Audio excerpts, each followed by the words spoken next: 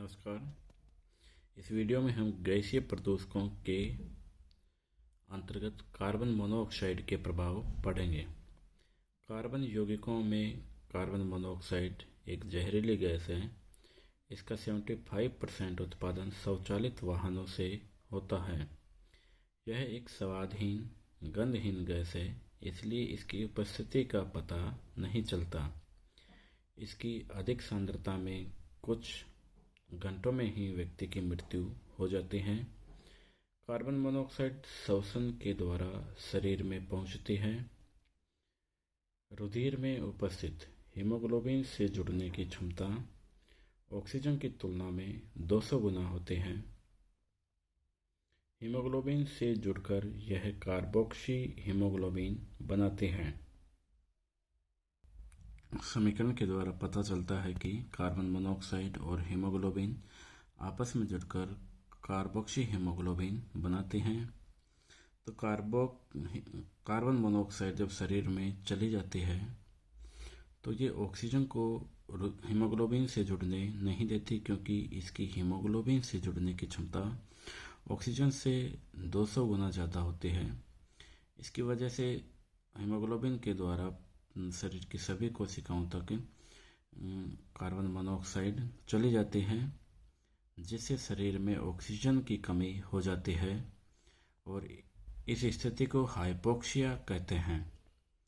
Oxygen की अधिक कमी से सेरिब्रल एनोक्सिया हो जाता है और प्राणी की मृत्यु हो जाती है। दूसरी गैस ओजोन का प्रभाव अगर देखा जाए गैसीय प्रदूषकों में, तो क्षोभमंडल में ओजोन एक द्वितीयक प्रदूषक है। ओजोन सूर्य की पराबैंगनी किरणों को पृथ्वी तक आने से रोकती है, यानी हानिकारक विकिरणें जो होती हैं सूर्य की। क्षोभमंडल में इस गैस का निर्माण सूर्य के प्रकाश में प्राथमिक प्रदूषकों की क्रिया से होता है, जैसे नाइट्रोजन ऑक्साइड, अल्ट्रावायलेट यानी पराबैंगनी किरणों की क्रिया से नाइट्रिक ऑक्साइड प्लस ऑक्सीजन में विभक्त हो जाती है। इसमें ऑक्सीजन और ये परमाणुक ऑक्सीजन O2 का एक अणु, ऑक्सीजन का एक अणु O2 और परमाणुक ऑक्सीजन O, ये हाइड्रोकार्बनों की उपस्थिति में ओजोन का निर्माण यानी O3 के एक अणु का निर्माण करता है।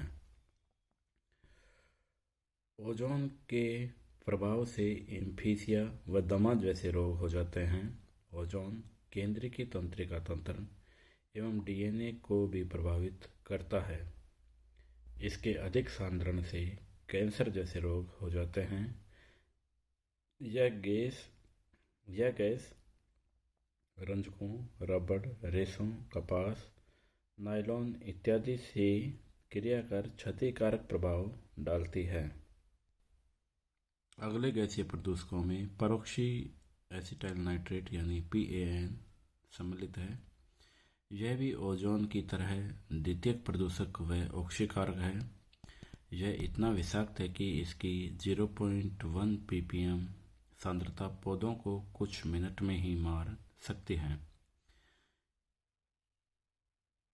PAN एक आंख उत्तेजक यानी आई इरिटेंट है। इसकी उपस्थिति से आंखों में पानी आ जाता है। अधिक समय तक पान प्रदूषित वायुओं में रहने से दमा व श्वसनी शोथ यानी ब्रोंकाइटिस नामक रोग हो जाते हैं। यह प्रोटीन के विघटन को बढ़ाता है। सल्फर युक्त एमिनो अम्ल PAN से संवेदनशील होती है। यह फाइटोक्रोम की क्रिया एवं इसके संश्लेषण में बाधा पहुंचाते हैं, जिसके फलस्वरूप पौधों में दीप्तिकालिक यानी फोटोपिपीरियड्स जैसी क्रियाएं प्रभावित होती हैं। पान न्यूक्लिक अम्लों में उपस्थित प्यूरिन, पिरिमिडीन, नाइट्रोजन क्षार आदि को हानि पहुंचाता है, जिससे प्रोटीन का संश्लेषण रुक जाता है। कुछ पौधों में पान का प्रभाव वृद्धि हार्मोन पर भी देखा गया है। यह ऑक्सीन से क्रिया करके उसकी मूल गुणवत्ता को नष्ट कर देता है, जिसकी वजह से पौधों की वृद्धि रुक जाती है। कणीय प्रदूषकों का प्रभाव, इफेक्ट्स ऑफ पार्टिकुलेट पोल्यूटेंट्स।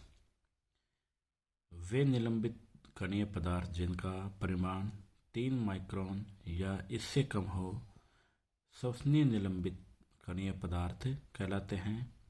ये जंतुओं व मनुष्यों को अधिक प्रभावित करते हैं क्योंकि ये फेफड़ों की कूपिका झिल्ली को आराम से पार कर जाते हैं।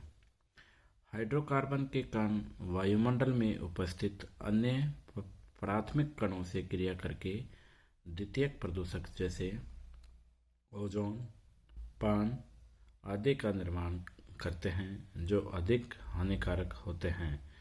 ये स्मोग यानी धूमकोह का निर्माण करते हैं। कुछ हाइड्रोकार्बन्स जैसे बेंजोपायरिन ये कैंसर कारक भी होते हैं।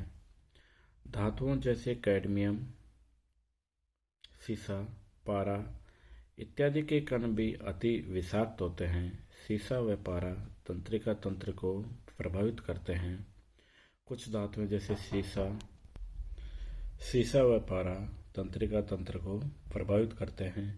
कुछ धातुओं जैसे सीसा व आर्सेनिक गर्भस्थ शिशु में अंगहीनता व मानसिक विकृतियां पैदा कर देते हैं।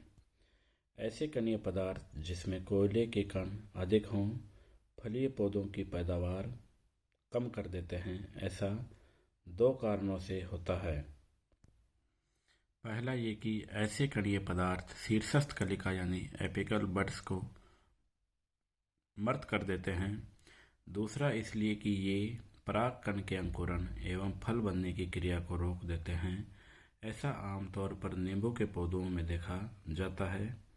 वायुमंडल के कणीय पदार्थ की उपस्थिति से पृथ्वी तक पहुंचने वाले दृश्य प्रकाश किरणों की मात्रा में भी कमी आ जाती है, जिससे प्रकाश संश्लेषण की क्रिया प्रभावित होती है।